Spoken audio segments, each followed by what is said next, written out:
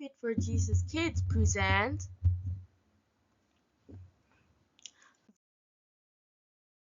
The Parable of the Sower, slides by Enoch Cruz. Today, we are going to learn about Matthew 13. Now, it is story time! The Parable of the Sower. Ang talinhaga tungkol sa maghahasik. One day, Jesus went out of the house and went on the beach. Soon a huge crowd appeared in front of him. Isang araw, lumabas si Jesus ng bahay at pumunta sa dalampasigan. Maya-maya, bumungad sa kanya ang napakaraming tao.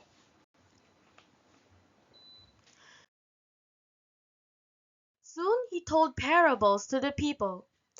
An example of his parables is the parable of the sower. Hindi natagal, sinabi niya ang mga talinhaga sa mga tao. Ang isang halimbawa ng kanyang mga talinhaga ay ang talinhaga ng maghahasik. Jesus said to the people, "A farmer went to his farm to plant seeds. As he was scattering seeds, some of the seeds fell on the footpath, where they got eaten by birds." Sinabi ni Jesus sa mga tao, isang magsasaka ang pumunta sa kanyang bukid upang magtanim ng mga binhi. Habang siya ay naghahasik ng mga buto, ay ilan sa mga buto ay nahulog sa landas, kung saan sila kain ng mga ibon.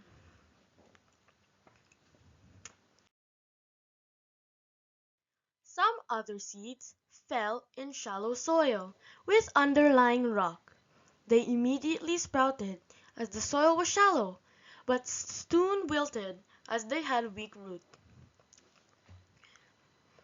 Ang ilang iba pang mga buto ay nararamdaman sa mababaw na lupa, na may panigbabatayan ng mga bato.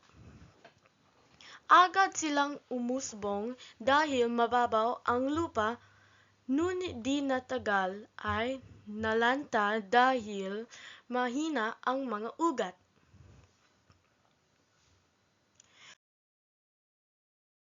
Then other seeds fell next to the thorns, which soon choked the plant. Pagkatapos ay nahulog ang iba pang mga buto sa tabi ng mga tinik. Hindi natatagal ay sikanal ang halaman.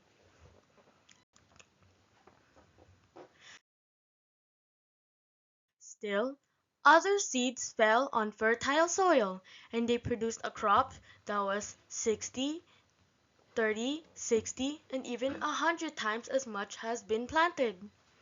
Ngunit ang mga binhing nahasik sa matabang lupa ay namuga, may tig-sasadaan, may tig-aanipu, ay may tig-tatalumpu. Now, let's understand. The parable of the sower explained. Ang talinhaga tungkol sa maghasik ipaliwanag. Now, listen to the explanation of the parable of the sower. Pakinggan nyo ang kaluhugan ng talinhaga tungkol sa maghahasik.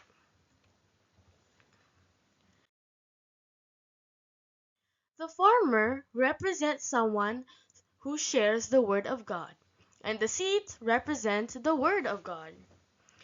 The seed that fell on the footpath are like people who don't understand God's word. Soon, the devils snatches the word from them.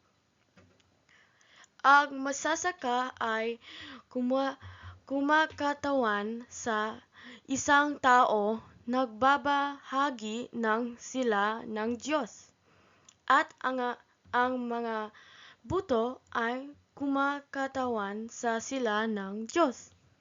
Sila, salita ng Diyos. Ang binhi na hulog sa daan ay parang mga tao hindi nakakaintindi nito. Hindi natatagal ay inagaw ng Diablo ang salita mula sa kanila.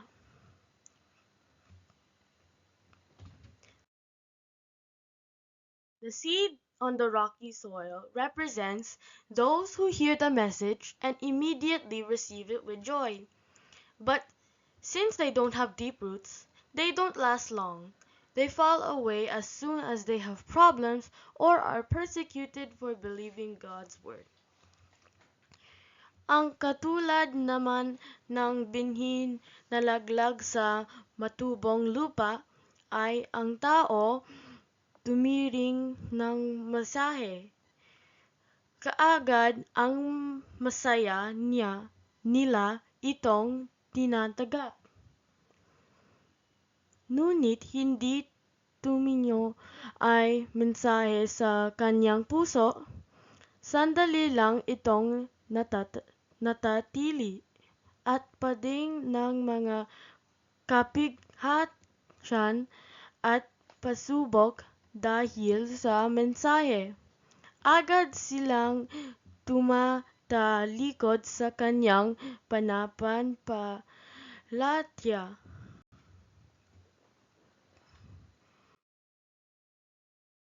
The seed that fell among the thorns represent those who hear God's word, but all too quickly the message is crowded out by the worries of this life and the worldly desires, making it not fruitful.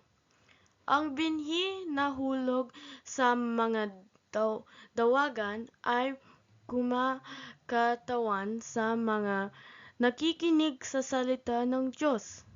Ngunit napabilis na ang mensahe ay natatakapan ng mga alalahanin sa buhay niya ito, at ang magkamundong pagnanasa, kaya hindi ito nanbunga.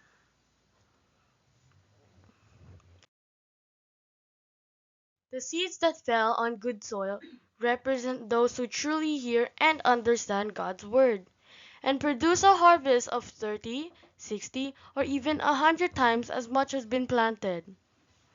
At ang katulad naman ng binhi na paghasik sa matabang lupa ay ang mga tao tumiring at umuunawang matubi sa mensahe, kaya't ito ay namunmuga sa kanya, may tigsasaadan, may tig-aanibo, at may tig-tatalumpo. Reflection. Before we go, let's reflect. 1. What did I see in the picture? Una, ano ang nakita ko sa mga lawaran? 2. How did the pictures relate to what Jesus was trying to convey? Dalawa, paanong nauugnay ang mga lawaran sa sinusubukan ipahiwatig ni Jesus? 3. What did I learn today? Tatlo, anong ang natutunan ko ngayong araw? I am very excited to hear your responses. Don't forget to take a piece of paper and a pencil to write write the responses down. Thank you for listening. I Fit for Jesus Kids signing out.